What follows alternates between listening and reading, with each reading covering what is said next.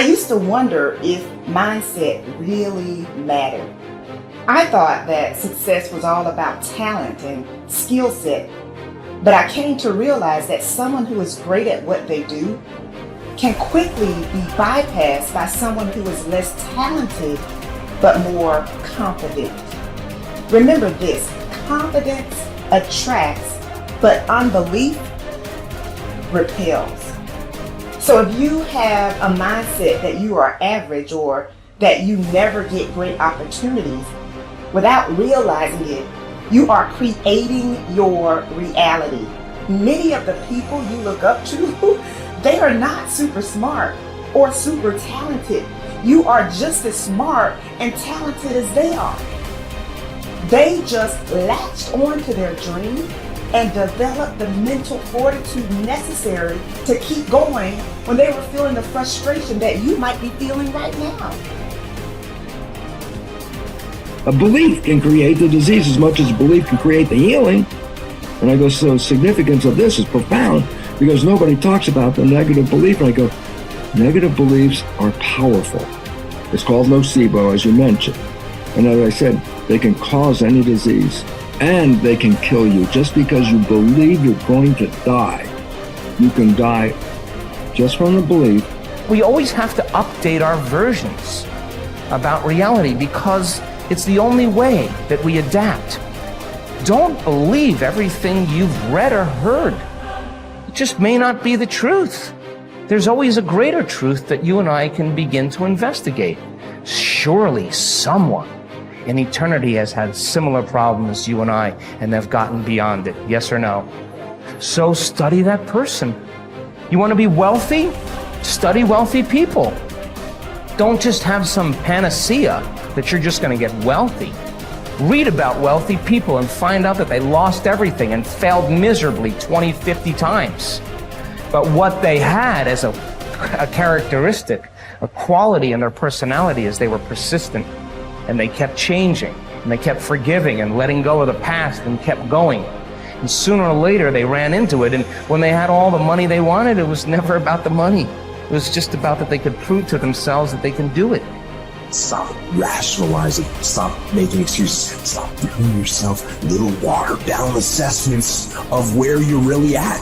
Tell yourself the truth. Are you making yourself better?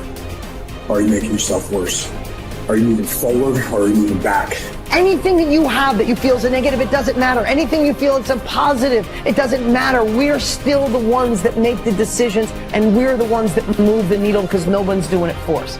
We want to change the world, we decide we're going to change it. We want to change the economy in our home, we have to decide.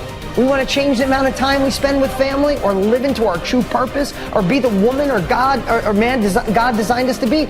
No one else is doing it for us. But what we can do is what you're doing. Gain capabilities from people who've already been there. Be a part of a group bigger than yourself.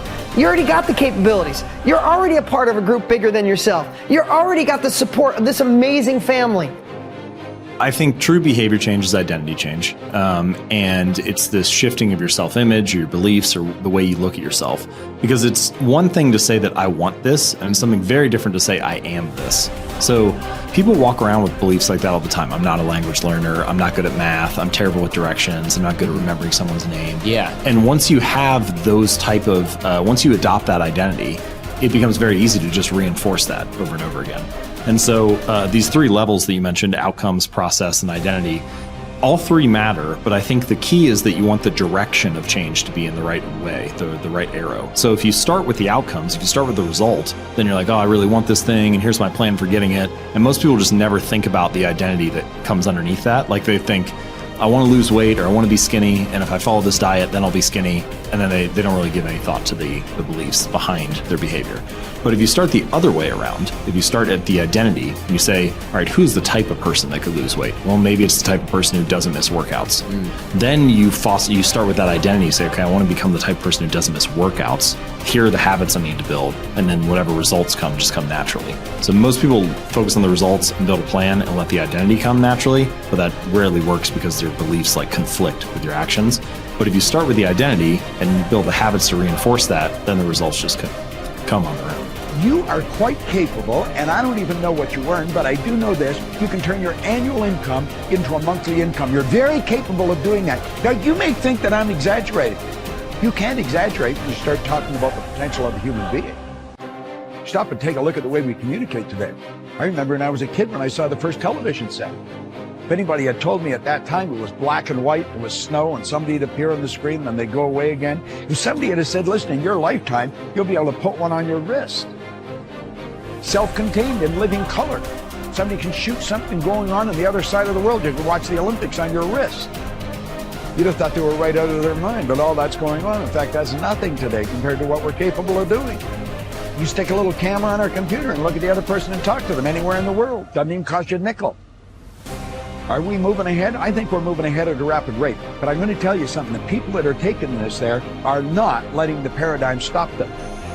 And I don't want you to let the paradigm stop you. I want you to stop and think of where you're going and what you're doing. And when you go to break out of the paradigm, it's because you're using a bigger idea than what you're conditioned to. Now remember I said that conditioning is cause you to feel comfortable? It's only when you go to change the conditioning that you feel the discomfort. And when you get emotionally involved with it, you can be thinking of the change until you internalize it, nothing happens. But the second you internalize it, everything goes haywire. Why? You're dealing with the central nervous system. You're messing with the paradigm. You've heard the saying, habits die hard? Well, you put 1,000,000 of them together and see what happens. Yet it's like a wall, and you bounce off that wall, and you'll go back and live in your conformed or, state of bondage and justify why you should stay there. Don't let that happen. Absolutely refuse to let that happen. If you've got an inspiration to move, to quit your job, to start a business, whatever you want to do, step out and do it. I mentioned in another series that God's gift to us was more talent and ability than we'll ever hope to use in our lifetime. And our gift to God is to develop as much of that talent and ability as we can in this lifetime. The future belongs to the risk takers, not the security seekers. Life is perverse in the sense that the more you seek security, the less of it you have. But the more you seek opportunity, the more likely it is that you will achieve the security that you desire. Whenever you feel fear or anxiety, and you need to bolster your courage to persist in the face of obstacles and setbacks, switch your attention to your goals. Create a clear mental picture of the person that you would like to be, performing the way you would like to perform. There is nothing wrong with thoughts of fear as long as you temper them with thoughts of courage and self-reliance. Whatever you dwell upon grows. So be careful. And this brings us to a very important mental principle called the law of accumulation. The application of this law is a fundamental reason for success in every field, including yours. This law says that every great life or great career is an accumulation of hundreds and perhaps thousands of efforts that nobody ever sees or appreciates. Great success is the result of countless hours, maybe even months and years, of preparation and hard work toward the goal of becoming very good at what you are doing. This law of accumulation says that life is very much like a balance sheet with both credits and debits. Every time you do something positive to enhance your abilities and to improve your life, you get a credit on the credit side of your ledger. Each time you waste your time or neglect to take advantage of an opportunity to learn and grow, you get a debit on the debit side of your ledger. Here's the key. Everything counts. Everything that you do or fail to do is written down and totaled up on your balance sheet. Everything that you do or fail to do counts in some way. Nothing is neutral.